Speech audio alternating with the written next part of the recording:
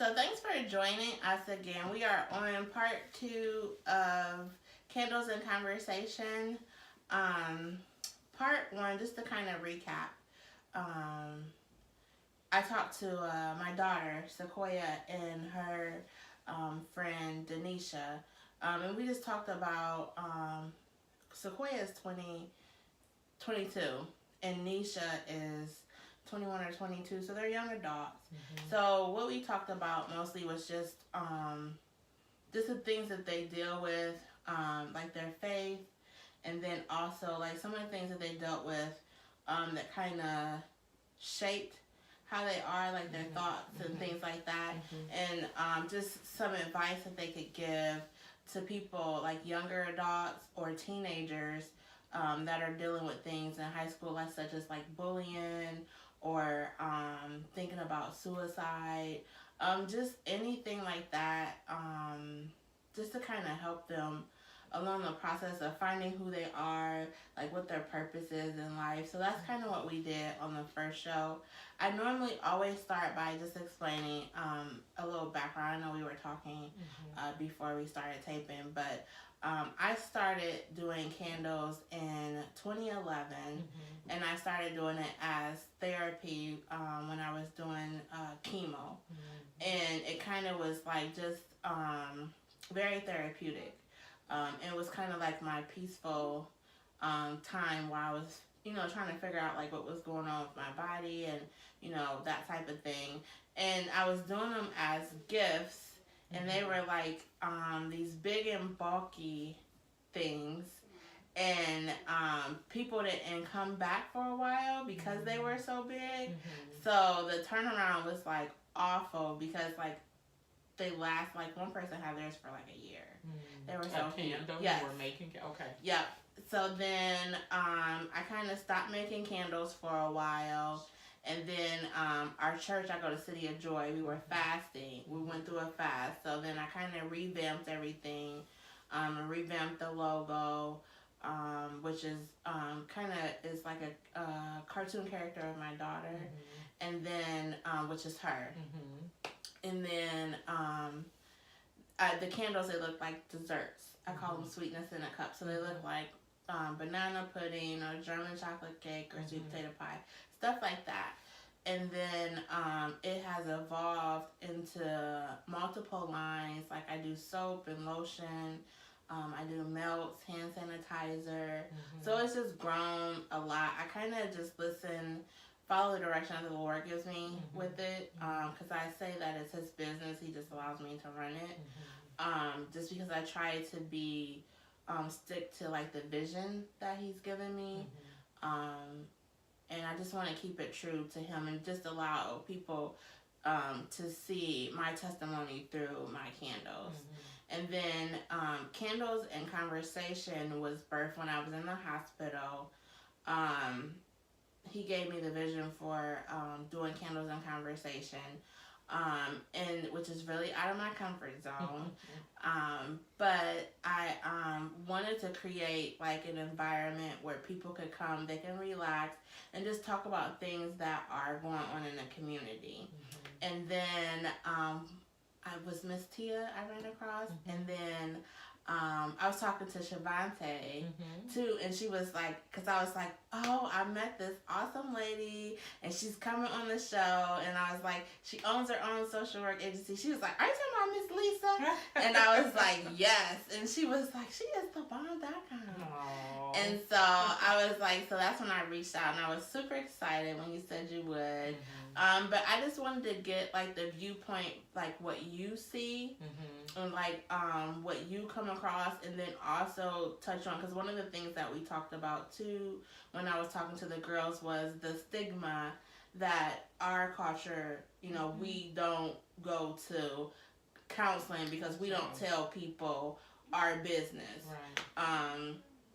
which other cultures have no problem going, and I faced that too when my daughter Sequoia, she was cutting herself when she was going through something, and my first thought process was like, what's going on? Like, we need to get you in counseling, Because if you don't feel comfortable enough to talk to me, like I want, or if you feel like you need someone neutral, I want to have someone there. But her dad's, perception was, why are you taking her to a counselor? Like, we don't. So it's just like, would you rather for her to keep it in and her harm herself and potentially kill herself, versus her going to talk to someone and being able to not feel like she's being judged, or that she's disappointing or something like that. So I wanted to touch on that as well. Okay. So I guess we'll start with telling, if you could tell us, like, of course I said Miss Lisa, but tell us about yourself and just your background and how Healing Heart started. Okay. So, as you said, Lisa McCraney, I am born and raised in Akron, Ohio. I did go to Kent State, so just up the road, 20 minutes. Booked high school in 1994, and went straight to college. So I graduated on a Thursday. I was at Kent State on a Saturday. Really? But I was a part of a program called the Upward Bound program. Yep. That's my work phone rings. But I was part of a program called Upward Bound. And so Upward Bound, we went during the school year every Saturday up to campus. And then in the summertime, they do a summer program. And you would go for 6 weeks until you graduated. And then you did the summer bridge program. And bridge it allowed you to take 2 college classes. So I think we took like a math and black experience or something like that. But it just gave us a head start. To be on campus and get to know campus a little bit more before everybody else came and before the huge rush. So went to Kent and got my undergrad in communications. However, that's not where I started. So I started in radio, television production. Really? Because I thought, how so when you're young, there's things that I think God will show you, and people will begin to speak to you about that you already know are true. And so I knew that there was something about my voice. There was something about speaking that I would do on top of just other people be like, so Upward Bound, different ministers at church, different things like that, my Sunday school teachers. So when I got to school, I thought, okay, well, there's something about my voice. I'm supposed to speak. I guess that means I'm supposed to be on TV. And I legit thought that I was going to be the next Oprah. Really? Just my version of Oprah. And I got into the major, and you had to take I believe it was called the grammar test or something to actually be admitted into the major. So I felt that like one time, and I was like, oh no, I'm getting in. So, I did what I needed to do to pass the grammar test and all of that. But it just was not, it never felt right. It never, ever felt like I was where I was supposed to be. And so I kept going though, just kind of waiting for this feeling to like that I'm going to finally take a class and it's going to be it. Right. And that did not happen. And so I got to my senior year like, I hate this. Really? I don't want to do any of it. And this is awful. And I just remember going to my advisor like, so, yeah. And so back up a little bit, I also remember not my senior year, maybe somewhere between my sophomore and junior year, when I just knew I didn't like it. A lot of life was going on. I believe I had some anxiety and depression then too, but it was undiagnosed at that time. But I remember calling my mom like, I hate school, I'm dropping out, and this is just awful, and I just don't want to do this anymore. And she's like, okay, but I'm not coming to get you. Really? And I was just like, what do you mean you're not coming? She was like, you can quit, but I'm not coming to pick you up, so I don't know how you're going to get home. But if you get here, I'll see you and get here. And I was just like, wow. Well, I guess I'm staying, Right. Because literally, like, she was my option, you know? And so I was like, how's she going to say she's not coming? But I thank God now that she was like, I'm not participating in that. You're going to be all right.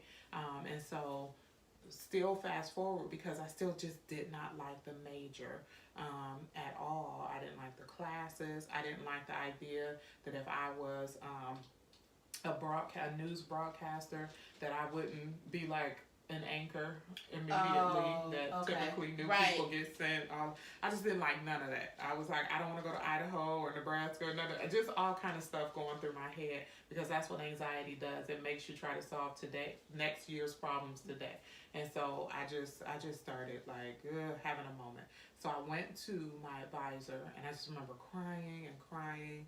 And I was like, I don't want to drop out of school, but this is awful. I don't want to start all over in 4 years. And he said, I don't know whether it was a he or she, but I do remember the advisor said, you're fine, number one. Stop crying, number two. And then they said, I had a minor. Communications was my minor and had always been. And so I would take communication classes as a minor the whole time. And so I was in that office and she said, all we have to do is you've taken more than enough communication classes that we can make communication your major, and then everything you've taken for radio, television, production can then become all the extra electives that you need. So you're really not starting over. You really only need about a semester and then 2 more classes. And so instead of graduating in 4 years, I did 1 more semester and a half. And so I had to go. So I did. So when you went for counseling, how did you feel like that was your purpose? So by that time, like I said, when I saw counseling in the catalog, I was like, you've been doing this, right? I was always, even growing up, I was just the person people came to and they talked to. And my family, everybody, I was just easy to talk to. I'm a great listener, and I tend to give, I think, pretty good advice. And so even for family, I was just a listening ear. Definitely for people at school. I remember in our yearbook, they did like these projections of where people would be, and by my name it said something about off helping people or something like that, because that's just kind of who I am. Some of the fights that I've gotten into, which aren't many, but some of them had to do with me standing up for people who other people were picking on, you know. Not that I would ever stand up for myself, but I just didn't speak a lot. I couldn't stand a lot of people being picked on. I even would advocate for my brother and sister when they were in trouble, like, well, wait, Mom, you know, right. But wait. And she'd be like, you know. And so I did know. By the time I got into the grad program, I knew for sure that I had found it, it was nothing like that 4-year experience in undergrad. That I was just like, what is this? It was nothing like that at all. It was definitely from the interview on, it felt like I was where I needed to be. Oh, that's awesome. Yeah. Now tell us about Healing Hearts. So Healing Hearts is my baby. And so Healing Hearts was really birthed, the vision was birthed in 2010.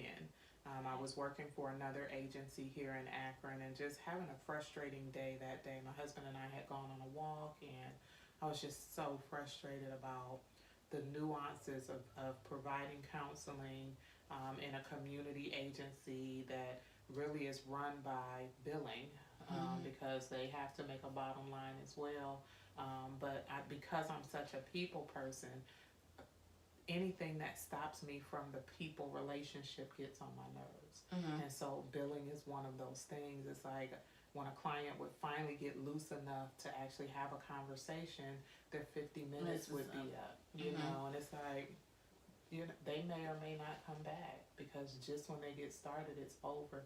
And then just because agencies would bill, if you didn't make productivity, that's a consequence. Like we had to meet a certain quota, you know, and that was just hard for my personality because I talk a lot. I wait for clients to be ready a lot, and it was rough. And I think I was just frustrated that day, and just my husband and I went on a walk throughout our neighborhood, and I just remember him saying, well, why don't you do your own? Because I was just fussing about, why does it have to be this way? It should be like this, and it should be like that. And he's like, you can do that. you can provide that. And so that was the birthing of it. I think we came up with the name Healing Hearts on that walk, and that was in 2010.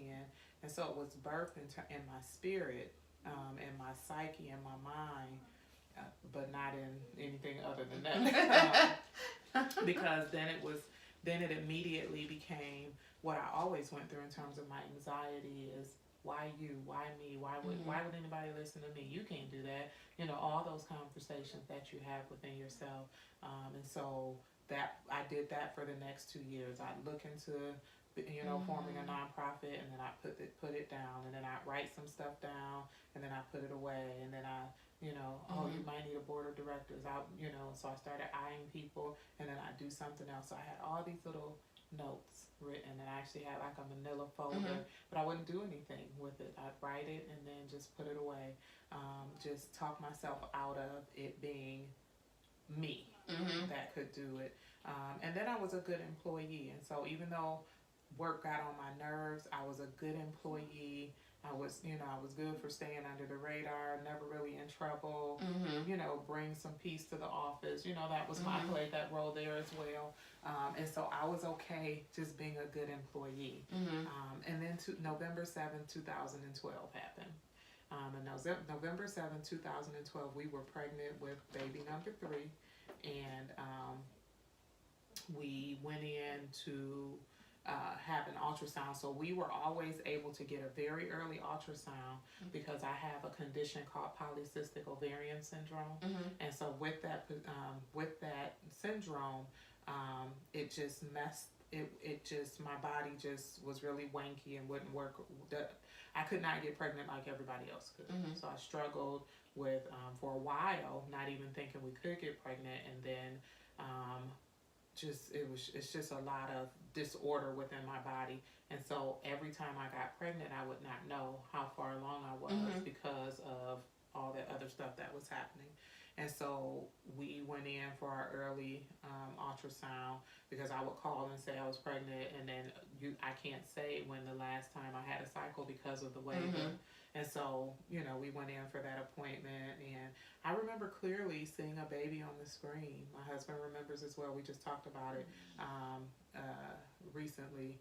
I remember seeing a baby on the screen, but the text said, they said, Ms. McCraney, I see a baby, but there's no heartbeat.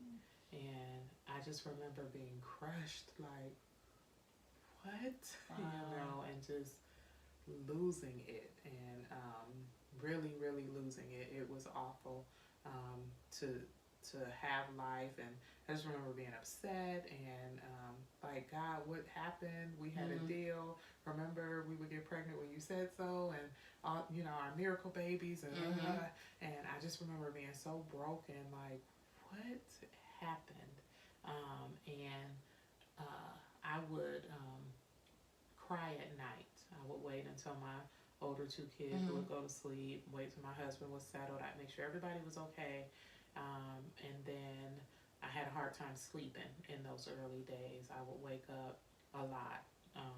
And I called those days remembering days. And I would just wake up and just remember the appointment. I would remember the surgery. I would remember all of that. And I would just cry and cry. And one night, I took one of my journals, because I'm a journal starter. Not necessarily a journal writer, but I am a journal starter. And so I've got journals everywhere, even now. I still have journals from years ago. Really? And and I still have that one. But I had grabbed one of them just for something to read in the bathroom, and I would hide in the bathroom. Still do to this day, which is why I'm praying for the Lord to give me the bomb bathroom, because I really do hide in there. Do you? Yep. And so there are times my husband will say, are you using the bathroom or are you hiding? And so, like, I just hide in there. So I'm like, literally, those bathrooms you see on like House Hunters, I want one of those where like I can sit. I want like a shade lounge in my closet, all of that. They would be like, where's mommy in the closet? Right. So anyway, I was in there and just reading, kind of flipping through one of those journals, and I came across a page, and I think I I wrote it in October-ish of that year. Mhm. Probably around when we found out we were pregnant. Something in that. I remember it being profound because I was like, why didn't I write about the baby? But the title on that page said, Healing Hearts is my baby. Really? Yes. And it said, Healing Hearts is my baby. And I remember like freezing, like, what? And I was like, why would I write Healing Hearts as my baby? And I remember God really, truly speaking to my spirit in that time and saying, I need to birth something out of you. I do. And I remember him just comforting me and saying, I did not want you to hurt like this. That's not my desire for you. It breaks my heart that your heart is broken, but I really, really need you to do this. Wow.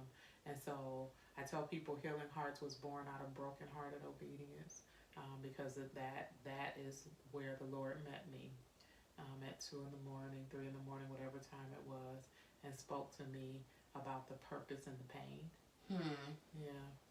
That's so awesome because that brings me to Shay and I are very close, and one of the things we were talking about, and she had said just that thing. She was like, because I recently did a pitch in front of some investors at the University of Akron, which was completely out of my comfort zone, but it was just an awesome experience for my business and also for me. And one of the things she said, because when I was telling my story, like how the candles began and everything, and one of the things she said was, do you realize that every time the Lord gives you something, it's when you're going through, like, it's birth from pain. She was like when you started making candles is when you had cancer. When you started your YouTube channel was, when you were going through this last thing you were going through. But she's like, every time that you've birthed something, it's been from pain. Yeah. And I was like, I never even thought about that. And there's purpose in it. And I think the enemy will want us to concentrate so much on the hurt of the pain that we don't even think to say, God, what are you doing here? And we would much rather say, well, the devil this and the devil that, not understanding that God gave Satan permission. In Job's case. And with Simon, I was just talking to somebody about that today on my drive here. I was talking to someone and said, just reminding them that God said to Peter, he said, Simon, Simon, Satan desires to sift you as wheat, but I have prayed for you, that when you come through, that you would strengthen your brother. And that to me sounds like Jesus knew Simon was getting ready to go through something. He knew that there was a place where it appears that Jesus gave some permission for Satan to toss him around. But Jesus also knew, because when you sift wheat, the sifting of the wheat is so you can separate what is useful versus what is not. And the chaff will blow away. And he says, Satan desires to sift you. And that's fine, because I've prayed for you. And that when you come through, right, when it's all said and done, what's useful will still be here, and all those things that I'm stripping away from you will have blown away. And I've prayed for you, and when you get through with all of that, strengthen your brother. And that's it. And we don't like to look at pain because we think it's a punishment when pain actually is purpose. It's that sifting process that is building up character and pruning out all those things that separate us from God, all those things that cause us to put idols of people and things and all of that has to go. Pride. And you'd be amazed how many people are prideful and won't admit it. Yes. Like, not me, And I remember being shocked when the Lord showed me my pride, like, what? But I also remember being so like, God, I'm so sorry. I didn't know that I puffed myself up like that. God, I didn't know that I put other people in the place that you should have been in. And so the sifting is necessary in order to get to the strengthen your brother, right? Paul could have never been He could have never preached in Acts. Not Paul. Peter could have never preached in Acts the way that he did had he not been sifted, had his pride not been tested, had he not had to go through those trials and tribulations, had he not had to deny Christ and then be restored again, right? Not deny Christ because he was a bad person, but when the rubber meet the road, all of us, we all got a choice to make. And so that's how Healing Hearts was born. And part of that is literally going back to those things that troubled me as when I worked in a community agency. Some of the things that I saw working with some of our African American families and some of the struggles that they had with trusting the system, trusting the process, and really just wanting to present counseling in a way that people who look like us would understand it is to help them and not to hurt. Exactly. We've been so brain indoctrinated and brainwashed to believe that the white man is trying to get us, right? Everything, the government, the white man, and all of that stuff, so much so that we will turn down necessary and good help and suffer. Yes. Because all in fear that some arbitrary white devil, whatever, is trying to get us. And I just wanted to, present something to the African American community first, and then the community at large, that counseling is okay, that we don't have to suffer, that we don't have to just go through the if it don't kill you, it make you stronger. Like, why? Right. Why do we have to do that? And I wanted people to have a safe place to talk. I wanted to be able to have an agency that if somebody needed 50 minutes and they were okay, great. And if somebody needed 2 hours, that would be okay as well. And so I started to think about what are some of the barriers that keep us away from counseling. Why won't we come? And I started to see how I could have an agency that combated those barriers. So I don't bill insurance. I don't bill insurance because, number one, billing insurance creates that quota, that work mentality that you have to do this much, this much to be, and it's too much. And so billing insurance to me stops your ability to be able to be personable, because I'm really just trying to get to my next 50 minutes so I can bill again. So it makes it about monetary and not about heart and not about compassion. I also don't bill insurance because insurance says that in order for me to bill insurance, I have to have an ICD-9 code and a DSM-5 diagnosis. And a lot of people within the African American community have a huge problem with being labeled and being called something. We haven't wrapped our minds around ADHD and depression and bipolar disorder and all of those things. We still think that those are made up things that somebody is just trying to use to hold us back. And so if I can take away the fact that I have to write something down on paper for insurance, and let's just talk, right? Let's just look at the criteria and see if it fits. But do it in a soft way, do it in a gentle way that doesn't, when you bill insurance, and all mental health agencies, community agencies, you have to give a diagnosis week 1, day 1, session 1. Well, no, let's spend some time talking a little bit, because how do I really get to an opportunity to get to know you and see, are you just having a rough period, or is this your regular baseline, and so I decided that I wanted to present counseling in a way that, so you have candles and conversations, and I present coffee and conversations. Let's just sit and talk. Most people will gather around a meal. Most people will gather around a cup of coffee. Even if we just go sit at the bar and we don't drink, it still opens up communication. It opens up even if we just all go and watch the game together, it's amazing how that table, the community table brings people together. And so I thought, let's present counseling to our people in a way that's common to them, that they know. They don't get any less counseling because I don't write a diagnosis down. I'm still legit. I'm still licensed by the state Right. of Ohio. You Right. know, I still go to all of my trainings and follow all the ethical guidelines. But if getting you in the door to help you deal with that anger means I don't write bipolar on a piece of paper, then that's what I'm going to do. We're going to talk about it. I got my DSM right there on my desk at work. We're going to go through it, but I want to do what I need to do to get you in counseling. Pay tends to be an issue for the African American community, even though we have insurance. Most people don't use half the benefits that they have because, again, there's a stigma attached to if I use this, there's a paper trail. Yeah. Right?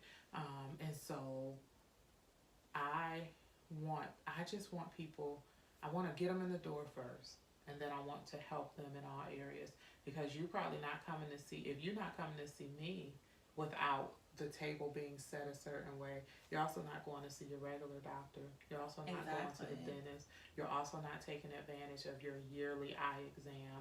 You're probably not doing any of those things. And so sometimes in order to fix the whole being, Yep.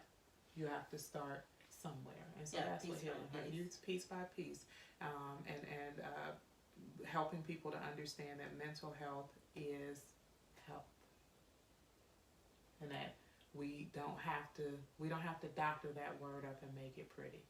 That mental health is a real thing, that everybody deals with it every day. All of us, none of us are exempt from mental health, right? Some of us just happen to have a fewer coping skills in one area than the other. Sometimes the amount of trauma and different things that you've gone through can kind of shade the way you're able to process anything else, because we've been shaped as a community to just keep going. You know, from the time we were taken and made our way here, from Africa, from slavery on, we have been taught to just survive. Do what you need to do by all means necessary. Yes, do what you need to do to live another day, right? But I think that mentality has gone to serve as a purpose, where it's actually hurting us now more than it's helping us, and it was needed then. That mentality, live to see another day, was needed then, but I think they would be heartbroken to know that we're still just living to see another day, and that we haven't taken advantage of any of the growth and any of the advantages. We just keep surviving, that we haven't figured out how to thrive, that we haven't figured out that it's okay to be okay, that we haven't figured out that we don't have to repeat cycles, that we haven't. I don't think any of them would have wanted for us to still be in the same place mentally. Yep. I think that's very true, and I think that's so interesting too, because at our church that I go to, we have like Sisters Inspiring Sisters, and the last one that we had was about mental health, and I just think how that underlining piece keeps coming out. And even when I was talking to my daughter and her friend, and they didn't even go, she didn't even go to the event with me, and that was one of the things that they touched on when we were talking, and I was just thinking now, like, that's such an underlining piece in it. When I was at our group at church, one of the things, because it was all women, and one of the things that they were saying was that how we too as women, and I know there are men as well, but how we always are making sure that everybody else is okay. Like, we gotta, if something's wrong with the kids, we make sure they go to the doctor. We make sure they're doing what they're supposed to be doing. If we have a spouse, we make sure that they're, but then there's us.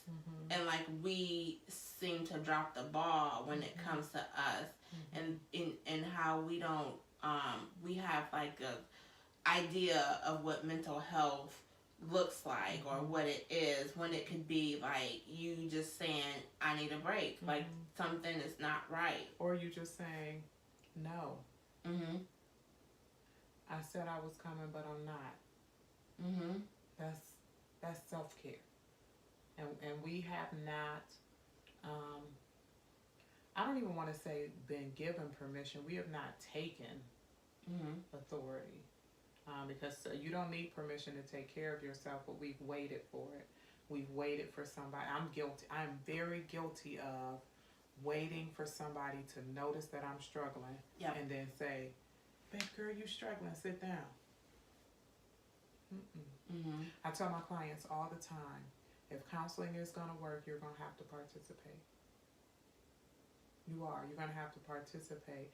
And that participation is going to look all manner of ways. But if there's a boundary that's going to be set, I don't get to go home with you. We get to talk about it here. Yeah. And the only way that you're going to know that boundary works is if you set it and stand by it. And so we have to learn that it's okay for us to be vulnerable. We don't have to be this strong black power woman. We don't. I told somebody I gave my superwoman cape back. I don't even know how I got it. I don't know whether I picked it up or somebody threw it on. I don't really know. But what I do know is I don't want that sucker. It's too heavy. Right. It's too heavy of a mantle. And God never said that's who I had to be anyway. Like, that's not in the description. When he does a roll call of who I am, Superwoman was not it. And so I gave it back. I said, I don't care how it got here. All I know is now that I know it's here, y'all can have it back. I can't do it all. You know, I tell my kids, y'all live here too. Yep. Y'all, most of the clothes in this basket is the ones y'all wore. Y'all gotta help. And it's as simple as that. Like, just, I feel it's like taking back so you can, I think, so you can figure out who you are. I think we get so lost. We get so people. lost being. Yep. We get so lost being whoever needs us the most. That's who we become in whatever arena. And that, the more we be who somebody else needs us to be, the less we're able to even identify who we are. You don't know what you like. You don't know what you don't like. You don't know, whether you're up, whether you're down, whatever. It's almost like the changing of the seasons. And especially in our climate today where it can be 90 and snowing, in a 48-hour period. And I think that's unfair to us. The Bible tells us, love your neighbor as you love yourself. And to me, that suggests that there's a prerequisite that before I can give you anything, I gotta at least know what I want for me, because it says love your neighbor as you love yourself. Right? That means I need to have done some work. I need to have a knowledge base of what tickles my own fancy before I can at least offer you a tickle, Right. And I think that's important. You cannot pour from an empty cup. You can't. And I also can't take my cup, give it to you, and then tell you, okay, now put it back. I can't do that. If we're at a restaurant and the waiter come and give us all water, and then turn around and come back and say, okay, I need you to put that back because the people on the other side need some. Right. We're going to look at him like he's crazy, and we're going to get up and leave that restaurant because y'all not going to keep sharing water like this, Exactly. And so it's the same. We have to be able to pause and get something, because if I keep only getting filled up to a quarter of a tank, you only get a quarter of a tank worth from me. But when I pause and I learn how to take care of me and love on me and all of that, now all of a sudden I got more to give. Now you can't have all of me. Right. You can't have all of me, but a quarter of a tank ain't gonna get you real far. A lot of people pour all of them into just different parts of their life or different people. Oh, absolutely. Yeah, you can't have all of me. I tell my kids, y'all, me and Daddy can go in the room and close the door. Like, y'all don't have to be connected to us 100% of the time. Wanna know why? Why, Mommy? Because we're raising you to leave. And when y'all leave, it's just gonna be me and him. Yep. And I want to be able to look at him and still say he fine, and I want him to still think I'm fine. So get out our room. Because that's important. You're gonna leave. That's my goal. My goal is to pour into you as much as I can, fix things when I mess up so that you'll know how to fix things when you mess up, and that we're going to do this, but at some point that you will either go to college or find a job or get whatever it is that the Lord tells you to do, you're going to do it. But my desire is for you to do it outside my home. For you to be independent and be able to go, and then you start your journey of discipling and things like that with the folk the Lord give you. And so I can't give you all of me. I remember going on a self-care day with a couple of my girlfriends last year. My daughter was like, please can I go? I want to go, please. I can go. I'm a girl, I can go. And I said, this is self-care for mommy. And if you go, it will no longer be self-care, it will be you care. Because when you're with me, I'm automatically mommy. Yeah. And so I can't hang and talk freely with my girlfriends because I have to be very attentive to the fact that my baby girl is with me. So I can't let my hair down in a way that I might want to. Even I'm not a drinker or a smoker, but I can't be Lisa. I can't, because now I gotta be your mommy. Right. And so she was a little bit sad, but I want to teach her that now, that you don't have to sacrifice the essence of who you are and what you need because everybody else don't vote for it. Like, I want you to be able to go to the movies by yourself. Right. If won't nobody else go with you. I need you to be okay to go in a restaurant, sit down and eat. And have a date with yourself. And that's hard to do. That's hard to do because, again, as a community, we haven't taught ourselves how to do that. And so we're not as comfortable stepping out and kind of exploring and being unique. And, I've worked with my daughter about just being her natural self. Baby girl, if you want to do dresses and chucks, okay. She went to a daddy-daughter dance with my husband in August, and she just did not want no dress shoes. Really? At all. Now, does she walk in my heels all the time? Absolutely. But if it's time to go somewhere and have some fun, she wants to be comfortable. And so she had a beautiful dress on and some nice little chucks. Did she? And she looked amazing because that's her. That's her style. And you don't have to try to be anybody but you. I always tell her, and I would applaud her because she's my girl. I think she got 100 bottles of nail polish. And she would paint her nails and then go out at our old house. She would go out and lift all the tie rods in the backyard and get all the worms. Really? Glitter nail polish and worms. But that's so awesome. That's so awesome. She's my girly girl, science girl. She would, when at that time her brother was, still eating baby food, and so she would want all the jars. Really? She still wants it. If we get a jar, she want it because she want to put something in it. But that's so awesome that that you're instilling that into her. Because I fast forward to like now, like with my daughter, her still being here, and I had to go through that season of, when she leaves. Are you okay being by yourself? Like, and then I had to go through a period of, what do I, like, I've been mom for so long, like, what do I like to do? And then I had to get comfortable with going, places by myself and stuff like that. Because I used to be like, what are you doing? And calling her. Calling people and and then I'm just like, what's wrong with you just going by yourself? Right. Like, you can go eat by yourself.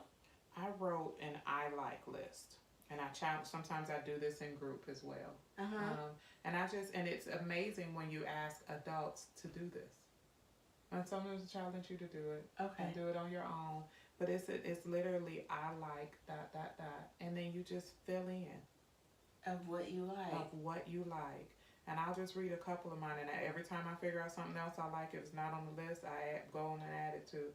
But my list, just a few, it says I like ice cream and a waffle cone. That makes a difference. I don't want a regular cone. Right. I want a waffle cone. So I like ice cream and a waffle cone, coffee in a pretty mug, Snickers bars, rocking chairs, sitting on the porch while it rains, the smell of rain, flat shoes, matching bra and panty sets, big skirts, laughing, giggling, when my husband makes me blush, when he touches my butt, when he kisses my ear and neck from behind, giggling out of control, watching my kids sleep, shows like ER, Undercover Boss, The Cosby Show, reading, a good cry, a good laugh, walks on the beach, laying in bed, staring out the window, and I do. I just stare out the window. They'll say, "What are you looking at?" Nothing. I'm just staring. I'm looking at God. Because everywhere I look, you can see Him if you want to, you know.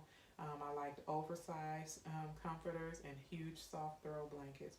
I like bare feet, flip-flops, red hair. Took me forever to make my hair red. Really? And it's not even the red that I normally wear. I just, it's, fall. So I said, Lisa, you can come down a little bit. But I like blaze red hair. And it took me forever. I didn't dye my hair the color I wanted it to be until I was 40 years old. Really? I always talk myself out of it. Because what if this person says that, or what if that person says this, or what have you, and I run the color by somebody, and they'd be like, that's a lot, and then I would do something different. And then one day I just decided I would do what I wanted for me. I love my hair short like this, and I'm never going to probably let it grow ever again, because this is me. This is what I like. I love gospel music. I love long showers, like long showers, but I told you I hide in the bathroom. Right. It's just little stuff like that. I like potato chips. I like tall boots. I like black jelly beans and candy corn. Really? And black licorice. Yep. Love them. Right? And I it's love that. And it's little stuff like this. And I tell people this is important because if I don't know what I like, you can probably fill in some details for me. And I'll find myself doing something I don't really like. But since I don't know what else to do, I got to follow your lead. But if I know what I like, you don't even have to talk me out of it. I don't care what nobody say about black jelly beans. I don't care how many people say, ugh, that's nasty. I eat them and smile. Right? I enjoy the fact that I can eat candy corn and don't nobody in my house want none. I enjoy that. I love that. Yes, and that's what it is. And I just look at it. I keep it, as you can see, it's in my phone. I keep it with me because those are things that matter to me. And if you don't build yourself up, then you just got to accept whatever the world gives. And so I have people do an I like list, and then when they get done with that, do what they don't like. I don't like mushrooms. I don't care how many ways you tell me I'm not going to taste the mushroom. I feel it. It's like a snail. My husband says, what does a snail taste like? This mushroom. Exactly. I can't do it, and I know that I don't like scary movies. I'm not getting ready to let you talk me into a scary movie and tell me that it might not be scary. Yes, it is. I don't like hot stuff. If it has a flame by it, that means it's going to burn my lips. I don't care if you say it's not hot to you. It's going to burn me, and I don't like it. And so you got to know that. I don't like being cold. Yes, I like bare feet, but I want to be warm at all times. I like 80 degrees, and so that's really important to me, is being able to walk with people. And it's simple stuff. Like, what do you like? Even if what you like isn't great, right? On my list, legit, I like sex. But there was a period in my life where I did not need to like sex, but I did. And it got me into a place where I was living life on the edge. And so you got to know that so that you ain't pretending. Right. So when I got to the place where I was ready to make some real changes in my life, I had to call in some help. I had to get a couple sister girlfriends and say, I can't keep living life on the edge like this. So could you help me? I had a friend who was already dating. I think she was engaged. And I said, if you all don't mind, can I be the third wheel? Sometimes I might just need to come hang out down here and y'all just act like y'all don't see me. Because sometimes hanging with them was safer than being by myself, right? I had another friend that was an accountability partner that was on the same journey as me. And so we just made up a phrase. And that's how we would just call and check on each other randomly. Right? Our phrase was corny, but it was the bloodstained banner. Are you still holding up your bloodstained? You still got your bloodstained banner? And it meant everything to me to be able to say, yep. And just like it meant everything for her to be able to say, yep, I still got mine. And that meant that when I had an opportunity to be with someone, I didn't take it just because I could. That meant that on the nights that I was lonely, that I would choose to go to bed instead of calling who I knew would come. Right? Because it wasn't that I couldn't. I had to make a choice that this was not a good life for me. This was not a good lifestyle for me, and that my desire really was to be as pure as possible for the husband I was begging the Lord for. And so I had to make a change, right? I went through a season where I decided I can't date. Least you want to go to the movies? No. Least can I come over and study? No. Well, can you come over here? No. Can I get a ride? No. I'll take you home? No. Nothing at all, because it was too dangerous. And it got too close for me. There would be situations where my promise and my vow would get too close to breaking it, and I meant that, because everybody has an enough point where I have had enough. And that's what I teach in counseling. That's what Healing Hearts does, is we work with people when they get to their enough. And we work with them, and I tell people, you don't have to kill yourself. And again, the bloodstained banner worked for me for the season that it needed to. I don't care who said it was corny. It's what we needed to do so that we could stay. And so by the time my husband did find me, I had a period of time where I really felt like I could put myself, present myself to him and not be ashamed. And of course the devil is busy, so my history, he did cause some shame there, but eventually I was able to say, because God says I make all things, new. But that's what it is being able to walk in life, realize when you've made a mistake. Maya Angelou says, we do the best we can until we know better. And when we know better, we do better. And that's really what it's about. Not about perfection, not about having all your I's dotted and all of your T's crossed, but it's really about how much better do I know today, so that I can do better both today and tomorrow. And giving myself grace for the time I didn't know better. That's true. I think too, one of the things, because it's so funny some of the stuff we talk about, because I've been talking to my two friends a lot about just like where I'm at, because one is single and one is married, so our walks are a little bit different, but I've come to the place where they kind of walked through my journey when I was sick this last time with me, and because I told them, like, when I had got sick, it was like you are aware of like what the Lord does for you, like, when he's brought you through things. But I had gotten to a place, not where I was like cocky or anything, but I was, and not that I'd forgotten what he'd done, but it was just like, okay, it was kind of making it common.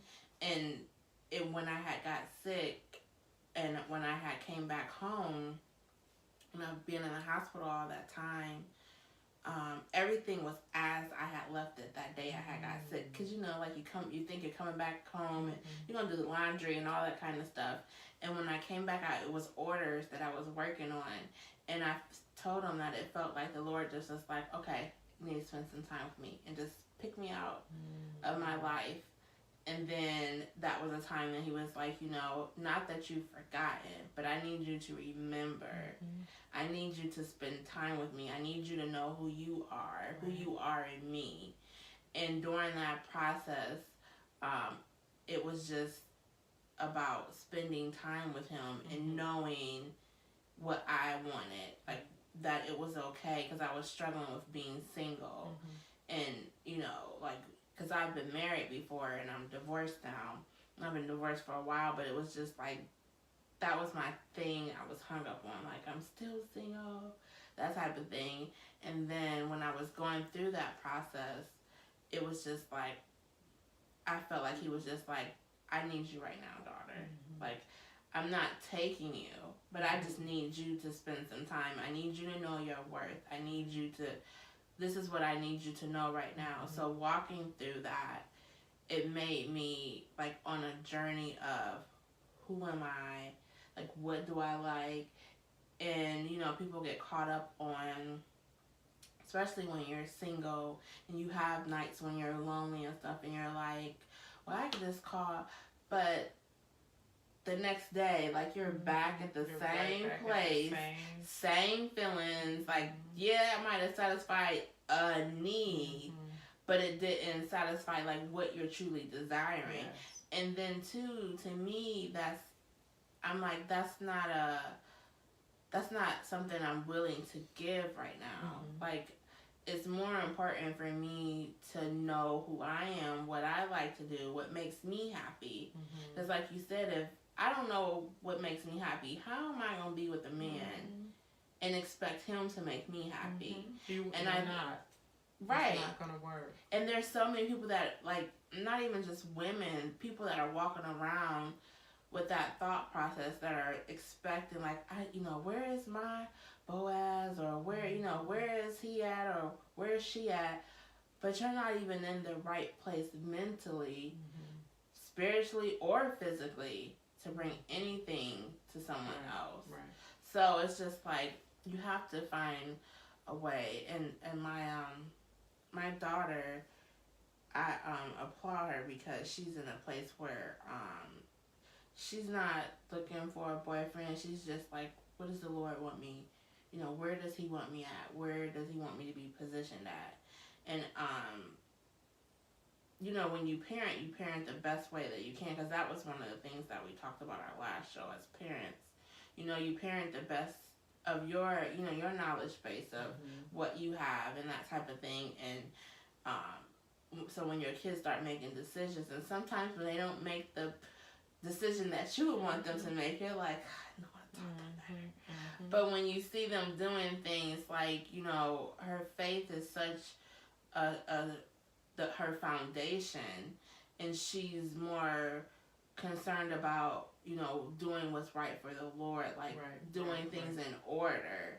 And I'm like, yes, it is right.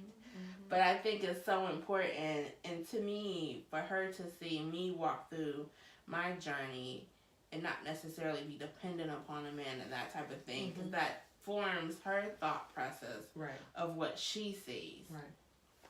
So I think that's important as well too when you have young adults or teenagers. Because we're teaching when we talk to them, and those are taught lessons. We're teaching just by who we are and what they see us do. Those are caught lessons. And then they're going to learn, they're going to have some experiences that they just choose on their own, and those are bought lessons. And those bought ones are really expensive, right? Really, really expensive. And depending on what you're modeling for them, some of those caught ones can be as well. And so I think it's really important, because part of what God asked us to do, Christ asked us to do, was he said, go make disciples. And the first disciples you have access to are the ones that are connected to you, the ones the Lord loaned you, right? Whether it be spouse or children. And so it's important for us to set an example for them, and not, again, we are in a season where we need to be breaking curses and breaking generational cycles. And so we need to be able to come and say, you know what, mommy had an awful attitude today and you haven't done anything, and I'm sorry for talking to you that way. Mommy needs to say, I messed up. Mommy needs to say, I say regularly, I'm going to time out. Mommy, why? Because I don't have nice things to say, and that ain't your fault. I'm close to saying all the bad words I know, right? And they laugh and they giggle, but I mean it. I mean that I need to take a break. I'm really sleepy, and you're just being a typical 5-year-old and 9-year-old. And so ain't no sense in me hollering at you when I'm tired, right? I'm exhausted. I just need to lay down. The same as if it were you, I would say, baby, you sleepy. Come on. Yep. or go lay down because I know that you're sleepy. And ain't no sense in me beating you if I know you sleepy. Right. Let's just remedy the situation. Come here or go lay down. You know what I mean? Exactly. And so that's what it is we're teaching, we're modeling. You know, I get to say to my daughter some of the things that weren't said to me, not because my mom couldn't say them or didn't know to say them, it was a different time. So we weren't as lovey-dovey. We weren't, I was talking to my sister, I don't know a whole lot of I love yous, you know, but that doesn't mean she didn't love me, but we didn't talk about that kind of stuff. There wasn't a whole lot of hugging and all of that in our household. And so that's hard, but I needed it. I needed I needed that. And so I try to do a little different, but again, depending on each child. So I'm very big on I love you, but I'm not very big on touch at all. Even from my children, even from my husband, there are times he'll say, "Can I hug you?" Yes, and yes, he has to ask because there are days you can't. There are days that I can't. It's too much for me, you know. And there's some reason behind it, you know. But he asks, "Can I?" Because there are times where it's too much, and so you gotta be able to honor a person's space as well, you know. So just because I want to love on you and hug on you and kiss on you, if you don't want that, then I need to be able to say, that ain't my touchy child. Right. Right. You know, she don't want all of that. Versus my boys are very clingy to me. Like that littlest one, I really think he's supposed to be like connected to me. He calls me his partner, and all of that stuff, and I'm like, dude, do we? But that again, he's, you know, he was born into Healing Hearts, and so he was born. He's our rainbow baby. So we had the miscarriage, and then surprise February. So November, and then February surprise. I'm pregnant again. I'm like, oh, okay. But yeah, he's my buddy, and so he spent those first few years with me when I had 1 client, 5 client, 10 client, and so I would just send him to the babysitter when I would have a client, and then pick him right back up or what have you. We walk together, all kind of stuff. So like literally, or like that days I would have to like take him to work or take him to do something. I'd say, well, this is my office partner for today, and so literally he just started saying, that's my partner. This is my partner. Yep, and he spent a lot of time with me in the early days. I'm so grateful he's at school throughout the day now, even on my off days, because last year, if I didn't have a client, I would just keep him. And I was like, it just wasn't working, you know, because even though I'm not seeing a client, building a business, as you know, you're always on.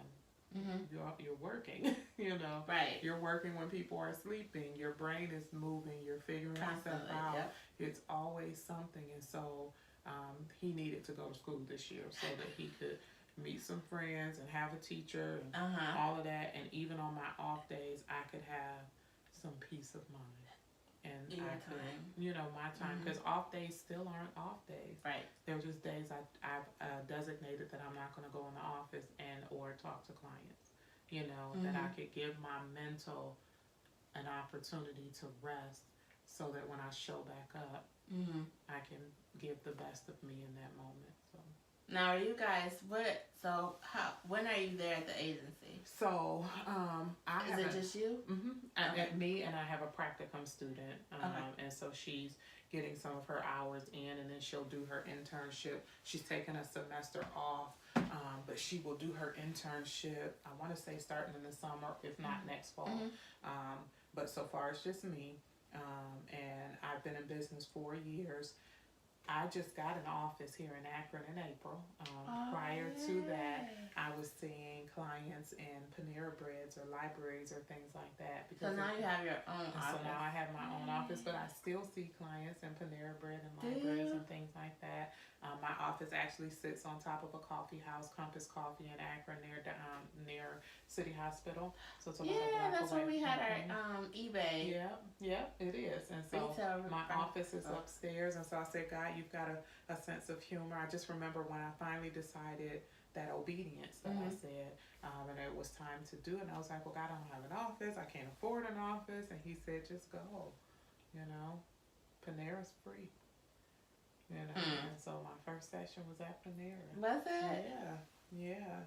And I think God just wants to know, are you going to do what I've asked you to do? No matter what. No matter what. Are you okay to use the gift even in a non-conventional way? Are you okay to do that? Because of course everybody has an idea of what counseling is supposed to look like. Right, and feel like, and so some of my colleagues are like, ma'am, you know, actually my practicum students, teacher, we had an online conference last week where he got to meet me, I got to meet him, and he was like, so tell me how this Panera thing works, and how is their privacy and things like that. I said, if you were to walk in session and come in, I would look like every other person in Panera. And if somebody comes up to my table, would be the only way that they would know, you know, what we're talking about or what we're discussing. And so he said, oh yeah, that makes sense. I'm like, everybody has papers spread out at Panera. Everybody's, you know, having conversations and things like that. So we don't look any different than anybody else. You know, and so just sometimes we have to broaden our horizon and broaden our perspective so that we can see it's not really about the walls, it's about the heart. What are we doing? You know, what is the purpose behind what we're doing? And you can get near about anything done anywhere. That's why God says the church isn't the four walls, right? I tell you, Miss Lisa, you are head on. Come on. We were coming back from Columbus today, and Shay was talking about how she, because she's over our outreach ministry, and she, you know, is walking in, you know, what the Lord has for her, and she was just saying how people get so stuck with wanting to minister within the walls, but the people are outside the walls that we're supposed to be reaching, and how people, you know, get so caught up in, you know, what they're wearing and, you know, what's supposed to be done and that type of thing inside the church. But there's a whole group of people that we're supposed to be reaching outside, and they're not being touched because people are so on, this has to be done like this and it has to be done like this, and no one wants to do anything outside the box. Right. And God is saying, I'm so much bigger than that box you all have me in. And as a matter of fact, I wish you all would blow that box up so you could really get to know me. So you really could see, right? Let me blow your mind, but I can't because you just keep compartmentalizing me.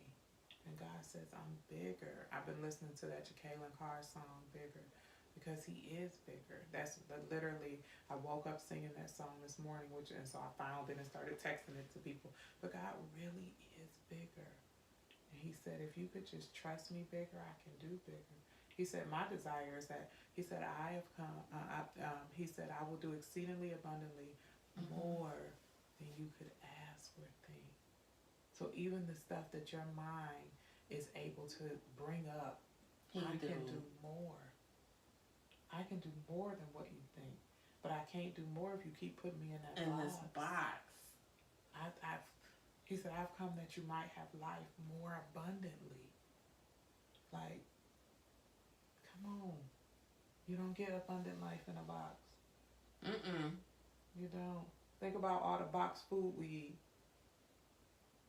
You don't get abundant life. Not out the box. You get temporary pleasure, but you don't get abundance. Abundance comes when you shop the outer wall. You got to shop the perimeter of the store to get the good stuff. But we so used to quick and convenient and boxy. Yeah. And that, our health says, come out that box. Go get you some produce. Go to the farmer's market. Come out that store. Right? Go to a farmer's market and get something they just pulled up out the earth. Miss Lisa, you are such a blessing. I believe that people's paths cross for a reason, a purpose. I truly believe that. No matter if it's good or bad, there's something for you to learn from it.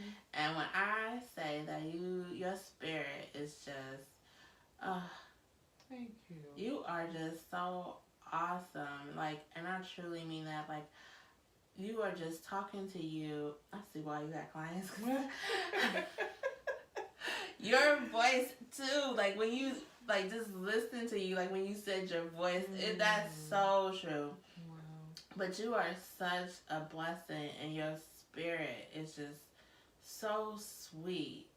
I'm just so grateful and so thankful. Like I am trying to walk, this thing that the Lord has given me, and just not be worried about what people, nowadays people are so worried about what people think and people pleasing and clicky stuff. And, I'm just learning like, that's not what you're supposed to be doing. You're supposed to be focused on what the Lord has you focused on. So I'm just trying to walk this thing out, and just because when I started this show, this particular segment, the first one, I started to do something completely different. I was about to email someone, be like, "Did you want to come on?" And the Lord was like, "I didn't give you that. Here you go, inviting people. I didn't even give you a subject." And that's when He gave me the subject to talk to my daughter. And then I was just like, and then how the things unfolded to be able to be in touch with you. I was just like, okay, Lord. So I am just so thankful that you made time. I know your schedule is really, really busy, and that you took time out of your evening to come and sit and chat with me. You are such a blessing. But I would want to end on you telling people like anything they want to know about Healing Hearts, or like if you need, I don't know, like funding or like anything you want them to know. Oh, and then we do spin a wheel too before you leave. Okay. So Healing Hearts, of course, it's a nonprofit. Although I am working to have a for-profit piece for myself, because I don't currently have a salary. I am going to be, like applying for grants and things like that. But I really am serving out of the passion in my heart. But I do understand that God wants us to use wisdom, and so there are some pieces that can be a financial gain for me. But right now, it's not that. But I'm working on those things, and God is showing me, He's stretching me bigger than my own box, in terms of what else I can do, and how else He can use my gift, or allow me to use my gift. So I'm at another place.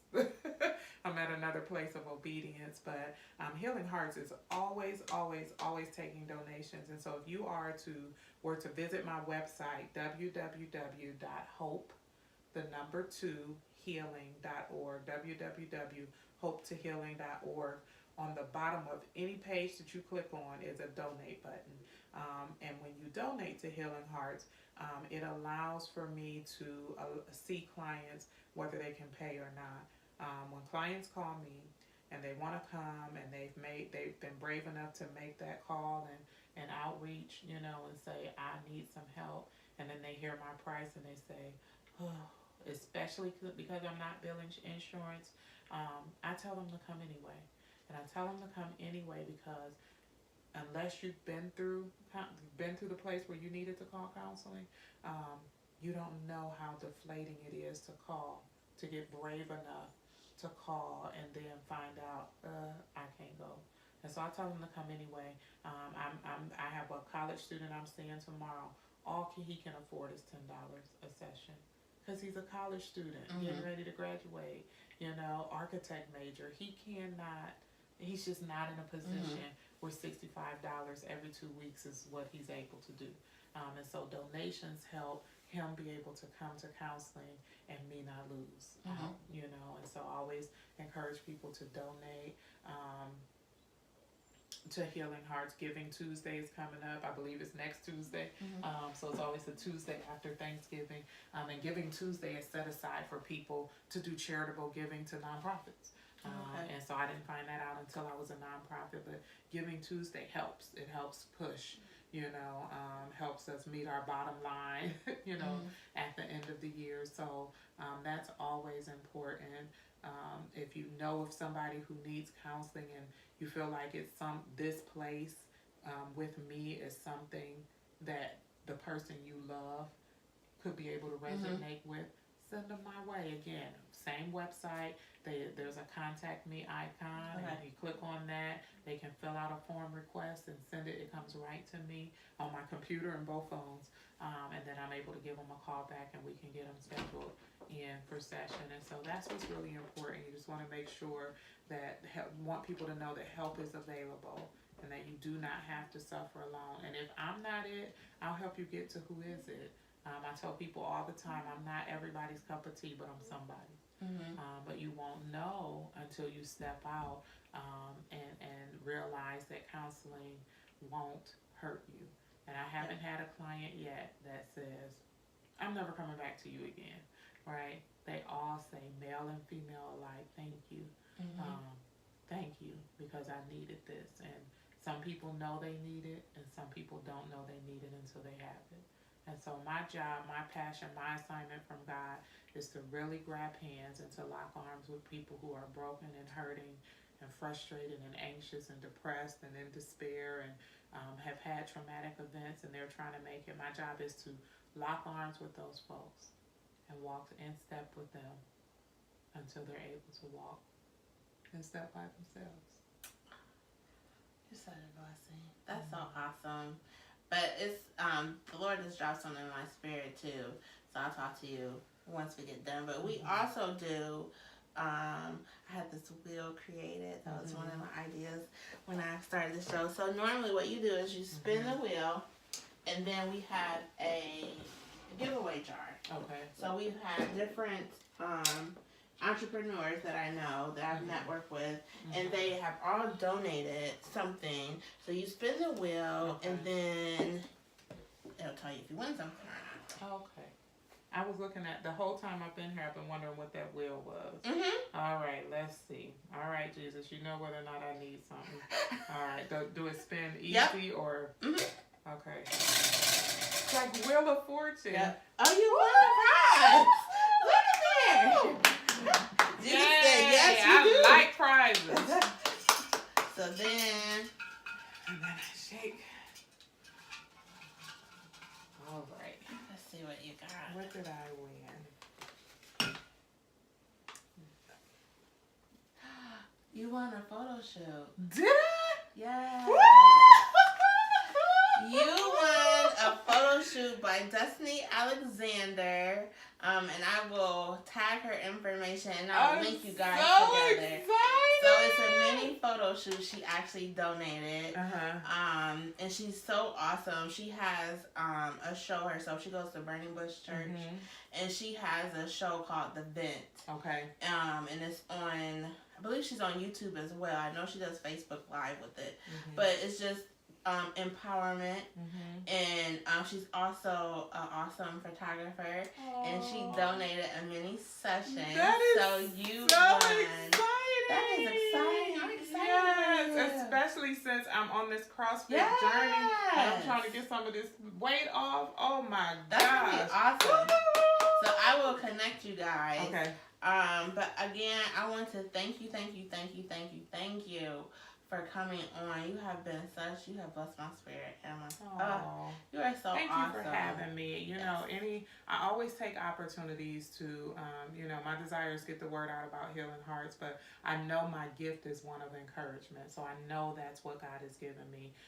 Evangelism, being able to get out and spread the word. And like, people don't need to be beat down by the word, right? Jesus just talked.